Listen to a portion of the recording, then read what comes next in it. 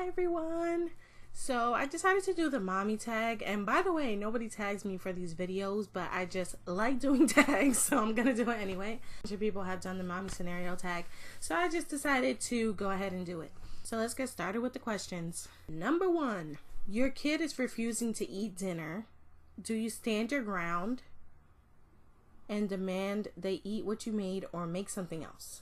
Dion is 20 months now, so he's not really a picky eater either. He eats pretty much whatever I give him, but he's at an age where I feel like I wouldn't force it. I don't even know if I would ever force him to eat something, like if he really doesn't like it, because I know if I don't like something, I don't want to eat it, so why would I force my kid to eat it if I wouldn't?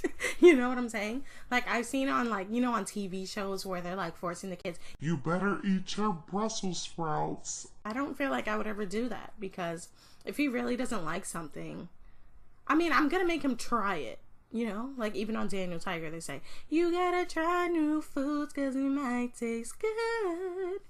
Don't mind me. Dion knows what I'm talking about. And you moms with the kids that like Daniel Tiger know what I'm talking about. I would make him try it if he's never had it before, or just try it so he can expand his horizons, but I never feel like I would force him to eat it. I don't know.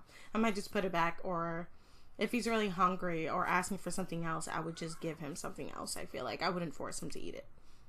How would I respond to Dion having a tantrum in the store? He's, thank God, never done that. I would be so embarrassed. But would I just stay and shop or go home? It depends how bad the tantrum is, because if they're having a meltdown in the store, it could be like a mini meltdown. He's had times where he's like cried, but he doesn't like full blown like go on the floor and like, ah, you know how some kids do. I feel like I would just keep shopping. Most people just walk right by you. They don't really care what you're doing. If it was like a restaurant or somewhere where I had to sit down, I would probably just leave, because I don't like disturbing other people, so I'll probably just leave. But if it's in the middle of a store, I feel like it's not really that big a deal. And also, as much as possible, I would try to just ignore his tantrums, because I've read and heard that's the best thing to do in that situation. If you pay attention to it too much, it's gonna be an even bigger tantrum, so I feel like I would probably just try to ignore it if possible. So for your kid's birthday, if they got too many toys, would I return them? Or would I just let him have it? I don't know. That's like an interesting question. I would have never thought about some of these things until I did this tag. Would I return them? How many presents is too many presents is the question. I'm not one to buy him like a whole bunch of things. I don't want to spoil him or have him take things for granted. So I feel like I might just, I don't even know what I would do. I don't think I would return them unless he gets doubles of stuff, because I feel like that's kind of rude. Somebody took their time to pick out presents for your kid, and for you to just return them, that's kind of rude, I feel like, or it can be rude. Unless he got doubles of something, then I would return it. But if he got like 5 million toys, I would probably like, maybe instead of returning it, I would have him donate it to like a kids hospital or like a foundation that is accepting toys. I feel like that would be a nice thing for him to do, so he can learn to give back at an early age, and maybe keep some just for later when he gets bored. In 3 days they're like over the toy, so I feel like I would maybe save some, and if he really got a lot of toys, then I would like have him donate or something like that. That's an interesting question. Your kid is protesting sleep. Do you give in at 3 a.m., get them up, and turn on a movie, or continue to rock them, nurse them, etc. to try to get them back to sleep? Usually if he wakes up in the middle of the night, I will get him out of his bed, put him in our bed, and get him a bottle, and he'll just go right back to sleep. But it depends how old your kid is too. He's like 20 months, so the reason why I wouldn't get him up is because we're sharing a room. I mean, the reason why I wouldn't let him just cry is because we're sharing a room, and then all 3 of us wouldn't be getting any sleep. But maybe if we had separate rooms, depending on what he's crying for, I might just let him cry in his own crib. I don't know. That sounds kind of messed up, but yeah. if I know that he's not sick or like hungry or anything and he's just fussing, I might just let him cry for a little while, or maybe just let him go back to sleep on his own. I feel like if you get up, especially if you get up and put on a movie, they're going to get used to waking up at night, and I wouldn't want that. If I did get him out of his crib, I wouldn't do anything active, or like I wouldn't turn on the TV. I would just lay him in the bed until he falls back asleep so I can get used to it.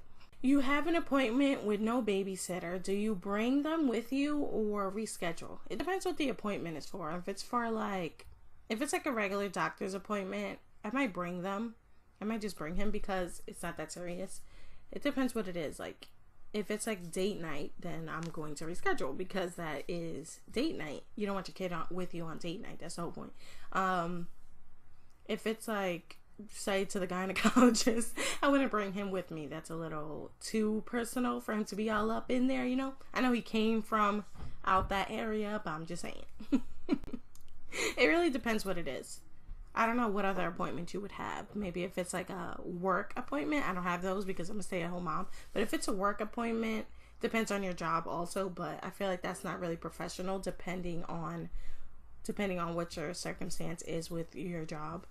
I feel like if it depends who it is. One, if it's like my mom, I'm not even gonna bother doing my hair or cleaning up really, because I don't really care about it. It's family, whatever. But if it's like, it depends who it is. But I feel like I would just like tidy up. You don't want like clothes all over the floor and like toys all over the place. I would like clean up a little bit and probably brush my hair because I don't want them seeing me all crazy. Maybe like make sure I brush my teeth, you know. But I wouldn't full blown try to clean in 20 minutes. That's kind of ridiculous and not even attainable. You know, I feel like I have kids. They know that I have kids. They would understand if they're that close to me. I wouldn't have an unexpected stranger coming over. So, yeah. You're running late and only have time to do either your hair or your makeup. Which one do you choose? My hair? It depends, because sometimes if my hair is like, if I go to bed and then I wake up and my hair is a mess, then I would do my hair. But if my hair was like straight and it didn't look that messy, I probably would just do this because it takes 2 seconds to put it up in a bun. And I probably would have time to do both because I don't do full blown makeup every day. I'll just do up my eyebrows, put on some lipstick or lip gloss, and put on some mascara and go out the door. So it depends. I keep saying it depends, but it does depend if my hair is a mess, or because if my hair is not a mess, then I'll just take the time to do my makeup real quick. But if it's not a mess, then I could probably squeeze in both. This is a really good question. Do I intervene if a child pushes my child at the park, or do I just get the other person's parent involved? If it's just a little push, I don't feel like I would even say anything. Or maybe if it's accidental, I wouldn't say anything. It doesn't say if it's on purpose, but I don't know. What would I do? If it gets my child hurt, then I'm of course going to say something to the kid and to the parent, because they should know that their kid is out there hurting people on purpose. If I see that it's an accident, then that's different. But I actually did see that the other day, and I would have definitely said something if that was my kid. A little kid was going down the slide, and there was a little, like, she was probably like Deanna's age, like 1 or 2, sitting on the end of the slide at the bottom, and he like came and just kicked her in her back. Like, I would have definitely told the parents if that was Dion, because that's, that shouldn't be happening, and that could get somebody really injured. If he actually got hurt, then I would definitely say something to the parents and to him. There's been times where I see kids doing stuff and I definitely tell them something, not rudely or like reprimandingly, because that's not my job to do that. That's their parents' job. But like, there was a little kid running around with a pencil, like kind of playing after Deanna. I was like, be careful with that pencil. I don't want you to poke him in the eye. Kind of like that. Not like, oh my God, don't do that. Because that's not my place as a stranger to that kid, So yeah, that's all the questions. Let me know you guys' opinions on some of these topics. This kind of like out there, or like I would never have thought to take the time to think. That didn't even make any sense, but yeah, to think about these topics. So let me know your opinion. And let me know if there's any other tags that you guys want me to do. And thanks for watching, and I'll see you guys later. Bye!